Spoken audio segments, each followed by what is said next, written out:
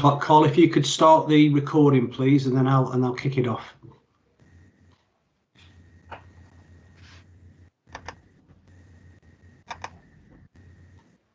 Okay, we're live now. Good afternoon. This is a meeting of the Health and Wellbeing Subcommittee rather than the full board. So therefore, the first item on today's agenda is to elect a chair for this meeting. If I could have nominations, please. I nominate Councillor Cabourn. That's seconded. I see a nod. No other nominations. That's carried then. Councillor Cabourn in the chair. Thank you. Thank you, Paul, and welcome to this special subcommittee. We only have a one-item agenda, and that is to sign off the Better Care Fund plan for 2021. So, are there any apologies? None have been received, Chair. No. Any members' disclosures of pecuniary or non-pecuniary interests? I have none. No, good. So if we could move on to item 2. Are you just going to explain, Rachel, while we're here? Yes, if that's okay, thank you. Thank you. Carry on. Oh.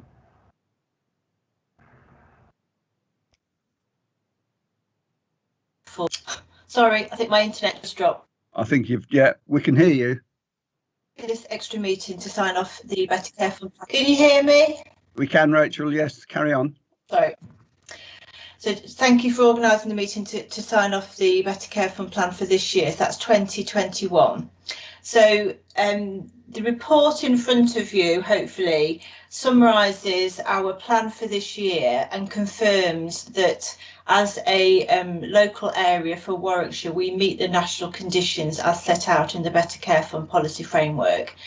In case you don't know Councillor Barker, this is now the 6th year of the Better Care Fund national policy framework. It was originally meant to be for 5 years.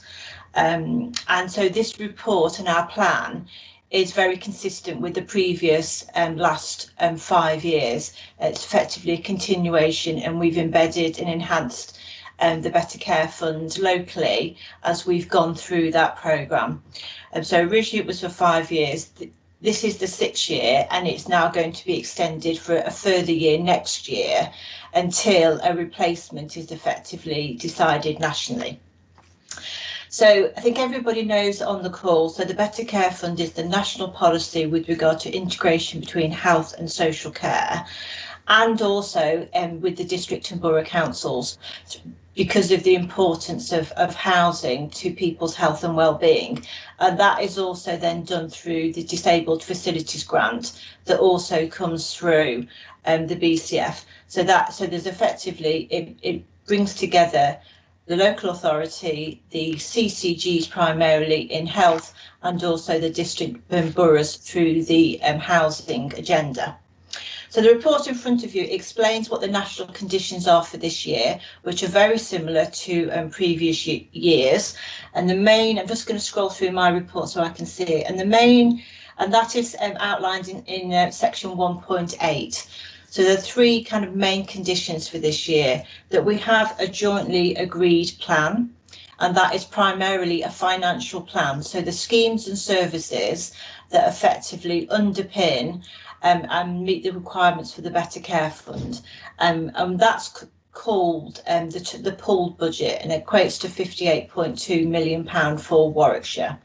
And so our plan needs to comprise the schemes and services that are required to meet the Better Care Fund and the out of hospital and adult social care services, which it does. And then there's some elements under that as well. So 2 other key conditions. So one is the amount of money that is effectively the NHS, so the CCGs, contribute to social care within Warwickshire, and we need to make sure we maintain that. And the minimum contribution is 13.7 million. That is mandated nationally, and we confirm through the plan, and particularly in the appendix, that effectively we are exceeding that contribution locally, which is fantastic. And then the second element is that these CCGs, so the NHS, have to effectively confirm how much they are contributing, so the services in support of out-of-hospital services. And again, the minimum contribution is 11.9 million, and the appendix confirms that we are also exceeding that. So they're two of the key kind of conditions as part of our plan. And then the key element for Warwickshire County Council is effectively the contribution that the County Council makes into the pool. And that is called the Improved Better Care Fund, which comes to 14.6 million. So those three funding elements are effectively, along with the Disabled Facilities Grant, which gets passported directly to the district and boroughs to deliver their housing responsibilities. Those elements effectively come to our pooled budget and our plan, and that is the plan that we have to make sure ensures meets the national conditions. And this paper confirms that is the case. What the paper also, though, does in front of you, and particularly the appendix, it shows that what the other spend, the CCGs and the local authority are also spending in these areas. And that's outside of the national conditions and the set amount we have to do. And that's what we call the aligned budget. And that's also for visibility as a system. We're working more closely together around the priorities in this area. Is that clear so far in terms of what's in the report? I suppose, Councillor Barker, again, for your information, obviously, so in terms of the housing element, the Disabled Facilities Grant is obviously mandated. It's passported automatically from the County Council through to the district and boroughs. And then the work we do around integration and how that is spent is delivered through the Housing and the Heart Board.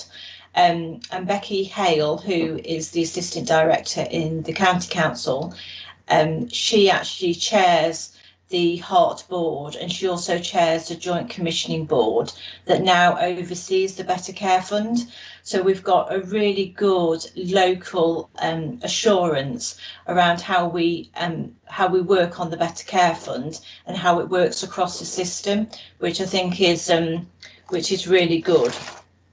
So the other thing I just wanted Jo, to... did you want to ask a question? Yeah. Yes, you've just raised the the hoary issue of heart.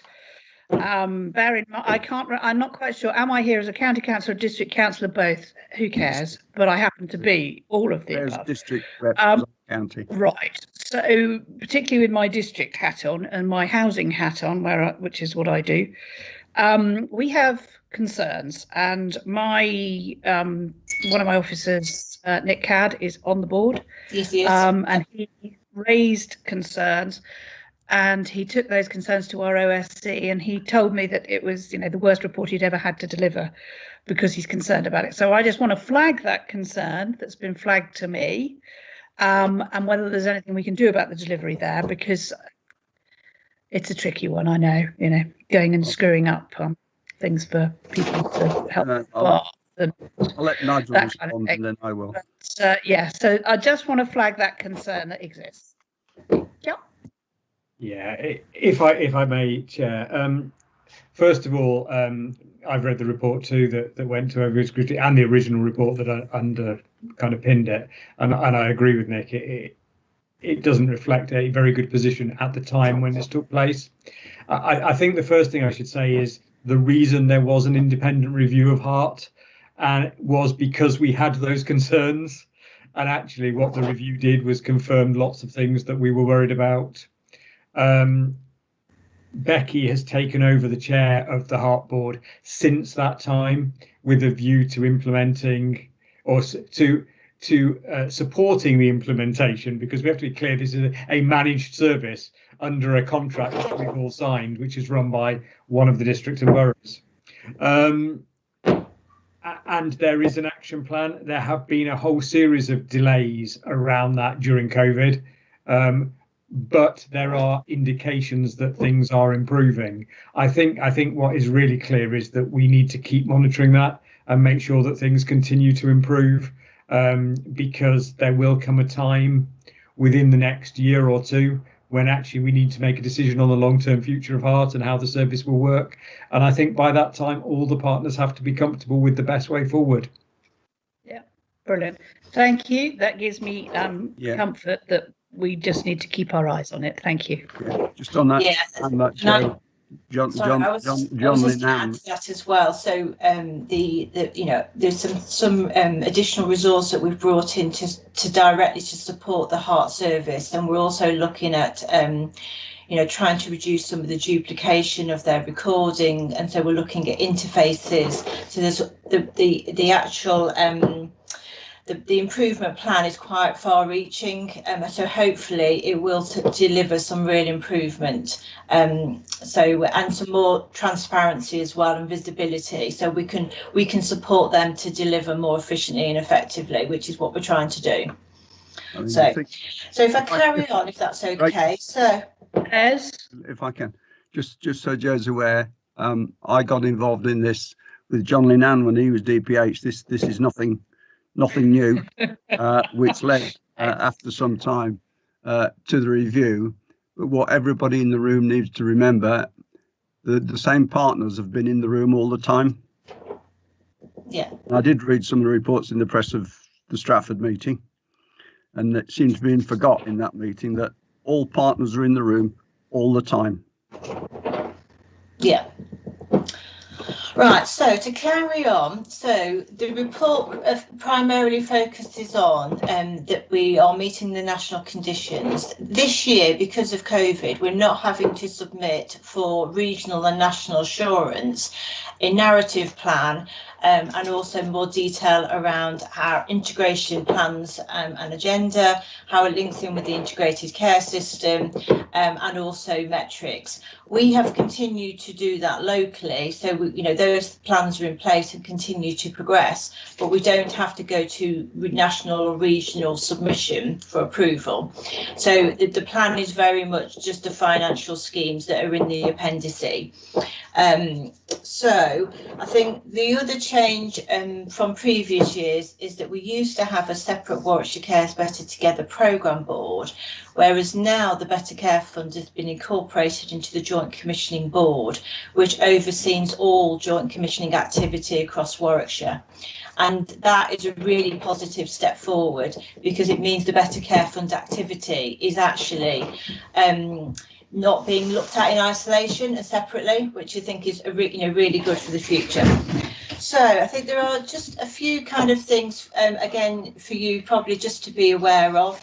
In terms of the appendices, most of the activity that's funded through the social care element and the out of hospital element, so the mandated, is what really we would now consider to be business as usual. So those services are well embedded, and they fund some of the core services that you will be aware of. So the council's reablement service, for example, South Warwickshire Foundation Trust CERT service, or their Home First service, the integrated equipment service, ICE, that you'll all be familiar with, again, which has very strong links with housing.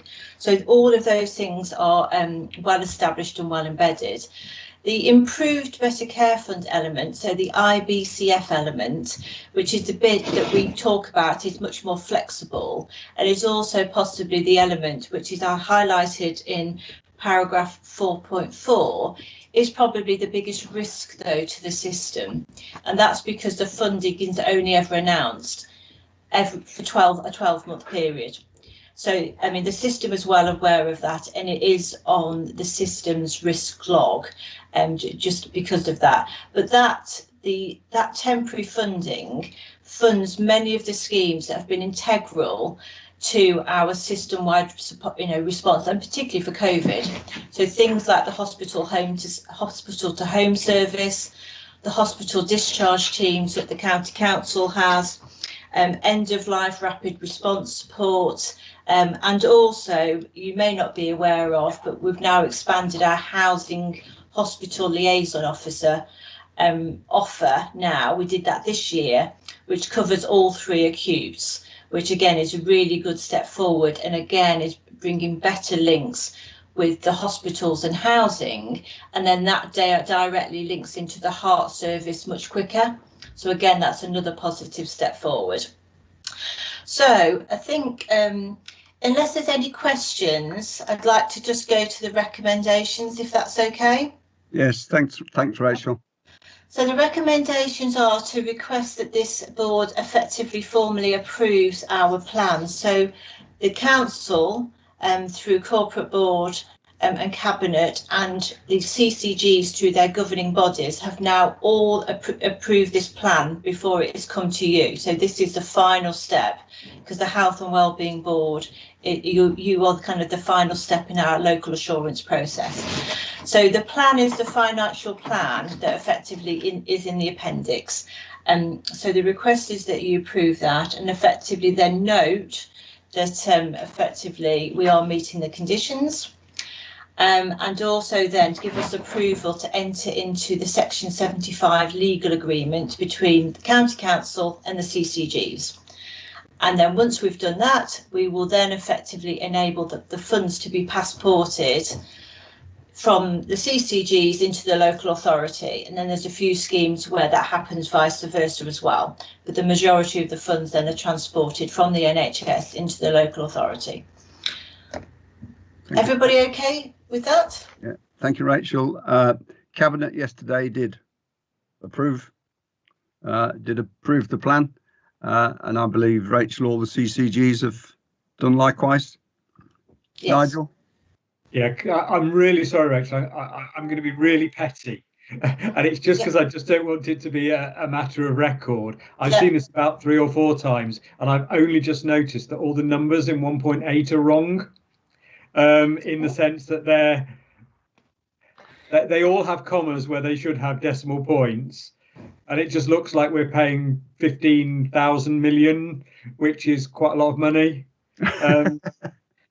And it matters not, because we all know what it means. Okay. But just for the record, for the report and its published form, I think we just need to make it sure it's correct. Okay. Someone will pick up on 15 billion being spent, won't they? Yeah, they will. It's only in 1.8. They're fine everywhere else. It's obviously just been one of those. Yeah, apologies. So just for the record then, so our total pooled budget is 58.2 million. The NHS contribution to social care is 13.7 million. And the agreement to invest in NHS commissioned out of hospital services is 11.9 million. And the IBCF contribution is 14.6 million. Brilliant, perfect, thank you. Other than that, Chair, I'm very happy to support it, and I think it's a really good piece of work by Rachel. Thank you. Just for a point as well, all the papers in yesterday's cabinet now, look at them again, have got commas in. It must be the way, whatever's set up on the typewriter on the computer. Typewriter, I remember those. Oh, yes, there you go. You know what I mean, keyboard. So are we all agreed that we approve the recommendations as laid out and has been described to us? Number 1, to approve the Better Care Fund, to note the formal BCF plans which have been submitted for 20 to 21, even though I think we've been actually getting on with it for all this time. Yes. And that we have to get those plans submitted, and to recommend that Warwickshire County Council enters into a new Section 75 partnership agreement with everybody involved, so we may continue this valuable work, and to recommend the county continue to be the pool budget holder as we have been for the past few years. Are we all agreed? Agreed. Perfect. Thank you very much. Thank you very much. Thank you for organising the meeting, especially for me. Much appreciated. Rachel, well done. And I did notice I think it was in yesterday's paper or this one, that we pretty well sorted out and started on 21-22. Yes, we get the guidance a bit earlier this time so we can get on with it. Well, let's wait and see about that. But yeah, well, you know, 9 months is not too bad. Okay. Can I ask a question once the meeting has ended? You of can. Les I will and formally close the meeting and ask that Paul stops the recording.